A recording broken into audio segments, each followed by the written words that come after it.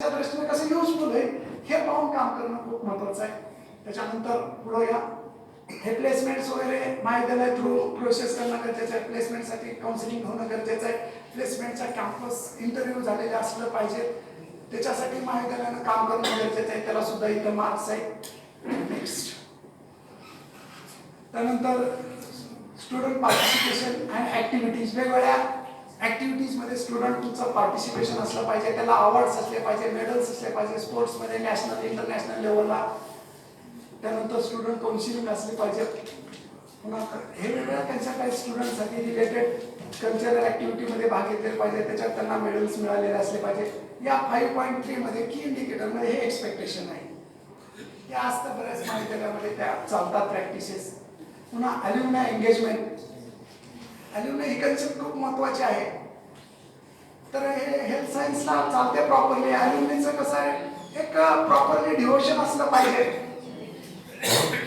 त्यामध्ये कमर्शियल आणि non commercial अल्युमनायचा आपल्याला वापर करता आला पाहिजे, फायदा घेता आला पाहिजे.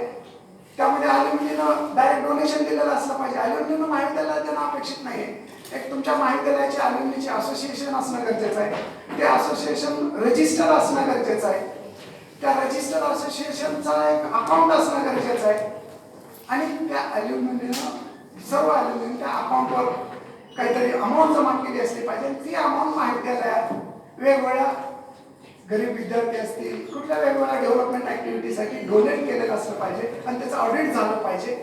ही अल्युमनायची कन्सेप्ट आहे. अल्युमनाय सर्वच ठिकाणी असते, परंतु त्याचं वर्किंग चॅनल असं आहे. जर ऑडिट असेल, 5 वर्षाचं ऑडिट असेल, ऑडिट जर 5 लाखाच्या वर झालेलं असेल अल्युमनायचं, तर तुम्हाला 2 मार्क्स आहेत त्याच्यातले. तर त्या पद्धतीनं काम केलं पाहिजे. अल्युमनाय डोनेट करायला तयार असतात, पण महाविद्यालयातील प्रॉपर सिस्टीम त्याच्यासाठी राबली पाहिजे. त्याच्यासाठी काम केलेली असली पाहिजे की जेणेकरून अल्युमनाय आपल्याला डोनेट करेल आणि प्रॉपर. महाविद्यालयाला अल्युमनाय अपेक्षा नाही आहे, पण तो एक मॅथचा एक असा आहे की अल्युमनाय तुमची स्ट्रॉंग असते, तुमच्याबद्दल अटॅचमेंट चांगले आहे हे दाखवण्यासाठी. महाविद्यालयाबद्दल अल्युमनायची अटॅचमेंट चांगली आहे म्हणजे तुमचं महाविद्यालयाचं वर्क चांगलं आहे की जेणेकरून महाविद्यालयाचे अटॅचमेंट चांगले आहे. त्याच्यामध्ये 2 प्रकारे घेता येते. अल्युमनाय डायरेक्ट फंडिंगच केलेलं असलं पाहिजे असं नाही. येऊन त्यांनी गेस्ट लेक्चर दिलेले असले पाहिजे विनामूल्य. विद्यार्थ्यांना मार्गदर्शन केलं पाहिजे.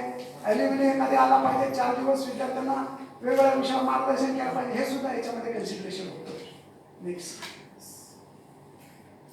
हे गव्हर्नन्स आणि लिडरशिपचा जो 6वा क्रायटेरिया आहे तो सर्वच्या सर्व मॅनेजमेंट आणि तुमचं जे कॉलेजचं गव्हर्नन्स असतं त्याच्याशी रिलेटेड आहे.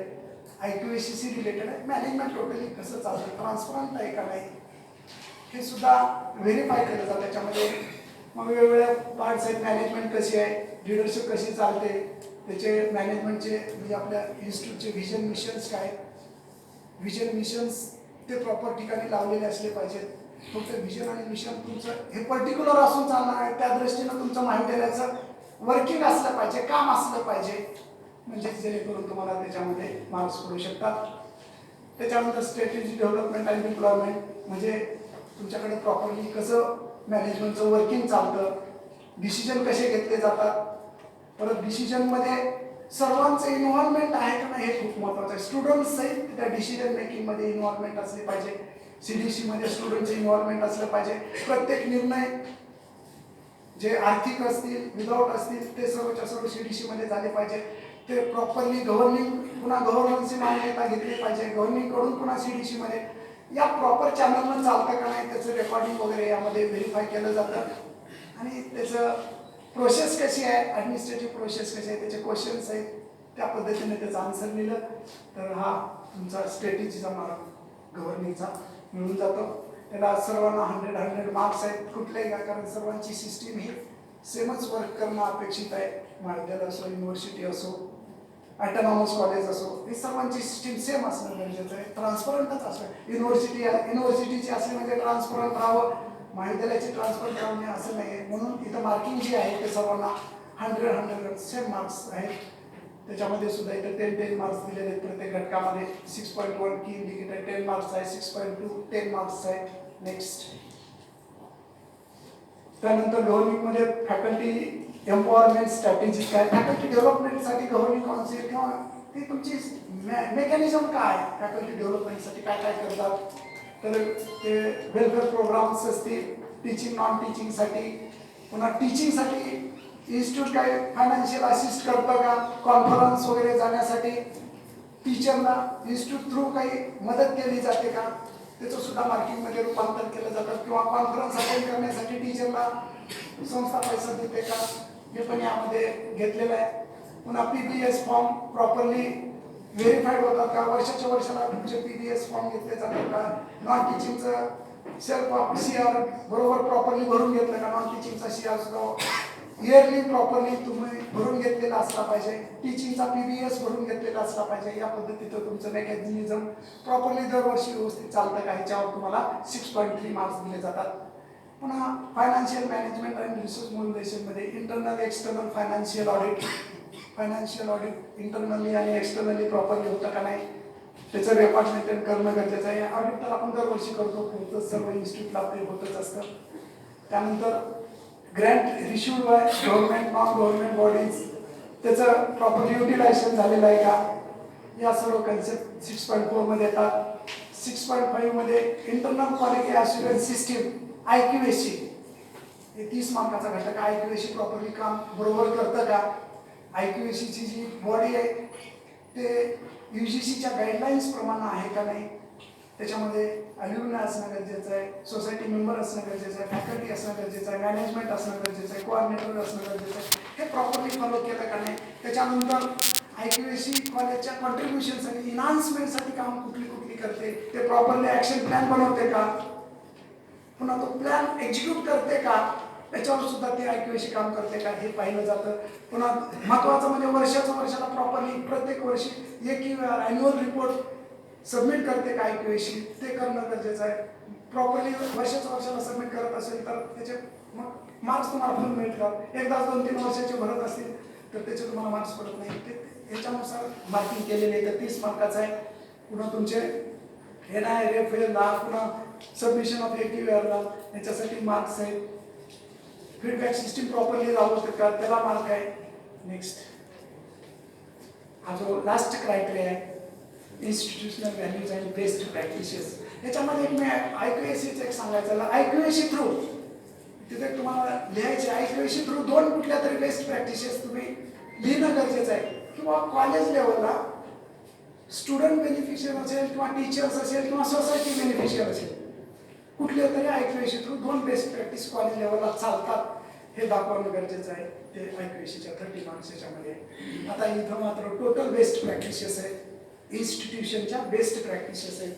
त्यामध्ये जेंडर इक्वेटीसाठी आपल्याकडे काम केलं जातं का, हे सेफ्टी सिक्युरिटी मेजर्स काय आहेत आपल्याकडं, काउन्सिलिंग कसं आहे, कॉमन रूम आहे का, percentage of annual power requirement for the institution made by the renewable energy, तुमच्याकडे रिन्युएबल एनर्जीसाठी काही कार्यक्रम आहेत का, ती उदाहरणार्थ सोर्सेस असे कुठले आहेत का जेणेकरून आपण रिन्युएबल एनर्जी मिळवू शकतो, त्याच्यात तुम्ही हे सुद्धा दाखवू शकता. LED बल्ब्स वापरतो असं. पुन्हा सोलार पॅनल आहेत का, त्या सोलार पॅनलमधून आपण किती बचत करू शकतो, ही फक्त हे चेक करायचं की कॉलेजला अवेअरनेस आहे का याच्या बाबतीमध्ये, की जेणेकरून आपण एनर्जी बचत करू शकतो. आणि त्याच्यावर तुम्हाला ग्रेडिंग केलेले आहे. ग्रीन प्रॅक्टिसेस आहेत का, बायसिकल वगैरे जनरली आता आपल्याकडं नाही कधी वापरतात, पण अपेक्षा आहे की एखादा दिवस तुम्ही 8 दिवसातून 15 दिवसातून बायसिकलवर आलं पाहिजे, जेणेकरून ते चालत नाही आहे, अपेक्षा आहे त्याच्यामध्ये, पण ते चालत नाही. पब्लिक ट्रान्सपोर्टचा वापर केला पाहिजे असं त्यांचं अपेक्षा आहे. ते नॅशनल इंटिग्रेशनचा पार्ट आहे, त्याच्यात महाविद्यालयाचा रोल असणं गरजेचं आहे, हे याची अपेक्षा आहे. ठीक आहे, असं आपल्याकडे कॉलेजला चालत असेल तर घ्या, नसेल तर नाही म्हणा काय त्याला. त्यानंतर फिजिकल फॅसिलिटीज काय, लिफ्ट आहे का नाही, रॅम्प आहे का नाही, या सर्व घटक तुमच्याकडं असणं गरजेचं आहे. त्यानंतर लोकल कम्युनिटीची एंगेजमेंट सुद्धा असणं गरजेचं आहे. त्याच्यानंतर नेक्स्ट या 7.1च्या बाबतीमध्ये हे 50 मार्काचं आहे. आणि दुसरं याच्या 2च की इंडिकेटर आहेत, 7व्या क्रायटेरियामध्ये 2च की इंडिकेटर आहेत. तर यामध्ये 3 इंडिकेटर आहेत. तर दुसरा जो आहे तो बेस्ट प्रॅक्टिसेस आहे. कॉलेज हा खूप महत्त्वाचा आहे. कॉलेज विद्यार्थ्यासाठी असो, सोसायटीसाठी असो, टीचरसाठी असो, कम्युनिटी कुठल्याही घटकासाठी कॉलेज लेवलला जनरली एक वेगळी ऍक्टिव्हिटी आपण राबवतो की जिचा फायदा स्टुडंटला होतो किंवा ज्याचा फायदा सोसायटीला होतो आणि ते वेगळेपणा आहे महाविद्यालयाचा. अशा 2 ऍक्टिव्हिटी, कमीत कमी 2 ऍक्टिव्हिटी, जास्तीत जास्त 3 ऍक्टिव्हिटी ते लिहायच्या. परत ते लिहित असताना त्याचं त्या फॉर्मॅटमध्ये लिहायचं, टायटल, त्याचे objective, context, practice, note, problem, issue आणि एव्हिडन्स ऑफ सक्सेस या घटकामध्ये 2 प्रॅक्टिसेस लिहायच्या. ते मात्र तुमच्या लोकल कॉलेजला वेगवेगळे असू शकतात. त्या मग टीचर, स्टुडंट, इंडिव्हिज्युअल कुठले असू द्या. त्याच्यानंतर कॉलेजचे डिस्ट्रिब्युट, इन्स्टिट्यूटचं डिस्ट्रिब्युट्स काय आहे, वेगळेपणा काय आहे, वेगवेगळ्या घटकावर कसं काम करू शकतं हे तुम्ही दाखवू शकता याच्यामध्ये. पुढचा घ्या. हे सर्वच्या सर्व घटक आहेत. आता मी याच्यावर काही जास्त सांगणार नाही आहे. आता हे झालं मेडिकल कॉलेजसाठी 900 मार्क्ससाठी. आता ह्याच्या व्यतिरिक्त 8वा क्रायटेरिया फक्त मेडिकल कॉलेजसाठी, फार्मसी कॉलेज असतील, ते हेल्थ सायन्सेसचे कॉलेज आहेत त्यांच्यासाठी मी मेजर केलेलं आहे. ते 900 मार्काचं होतं, बाकीच्या कॉलेजसाठी 1000 मार्काचं होतं. आता राहिलेचे जे 10 मार्क्स आहेत हेल्थ सायन्सेस कॉलेजचे 100 मार्क्स, त्याचे 10 क्वेश्चन्स वेगळे आहेत. फार्मसीसाठी वेगळे आहेत, मेडिकल कॉलेजसाठी वेगळे आहेत, म्हणजे त्यांच्यासाठी वेगळा आहे. ते तुम्ही मॅन्युअलमध्ये पाहू शकता.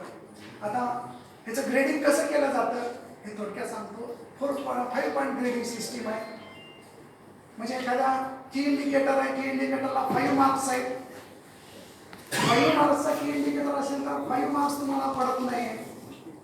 तर त्या की इंडिकेटरमध्ये 5 स्टेजेस आहेत. किती काम होतं एखाद्या की इंडिकेटरमध्ये, एखाद्या क्रायटेरियामध्ये किती काम होतं. समजा 70% काम झालेलं आहे, त्याला 4 मार्क्स 75चे आप असेल तर 4 मार्क्स दिले जातात. त्याच्या खाली असेल तर 3 मल्टिप्लायर वापरला जातात. 0 to 4 मल्टिप्लायर वापरले जातात. असे 5 मल्टिप्लायर्स आहेत. काहीच काम नसेल तर 0 मल्टिप्लायर वापरले जातात. जर तुमचं 25% पर्यंत काम असेल तर 1 मल्टिप्लायर वापरलं जातं. 50% पर्यंत असेल 2, 75% पर्यंत असेल 3 मल्टिप्लायर वापरलं जातं. आणि जर 100% पर्यंत काम असेल 75 to 100% पर्यंत तर मल्टिप्लायर 4 वापरला जातो. डायरेक्ट मार्क दिले जातात. मल्टिप्लायर वापरून त्याचं कन्व्हर्शन केलं जातं आणि मग त्याचं CGPA काढलं जातं. त्याची ही प्रोसेस आहे. आता ह्याची काही तुम्हाला गरज नाही, हे लॅब थ्रू चालणारी प्रोसेस आहे. पुढे या, हे सर्व ती प्रोसेस आहे, त्याची काही गरज नाही तुमच्यासाठी. नेक्स्ट हे फायनल तुमचे ग्रेड ऑनलाईन असतील किंवा पीअर टीम व्हिजिट आहे, दोघांची मिक्सिंग केली जाते एकत्र आणि तुमची ग्रेडिंग केली जाते. हे ग्रेडिंग तुम्हाला 8 स्टेजेसमध्ये केली जाते.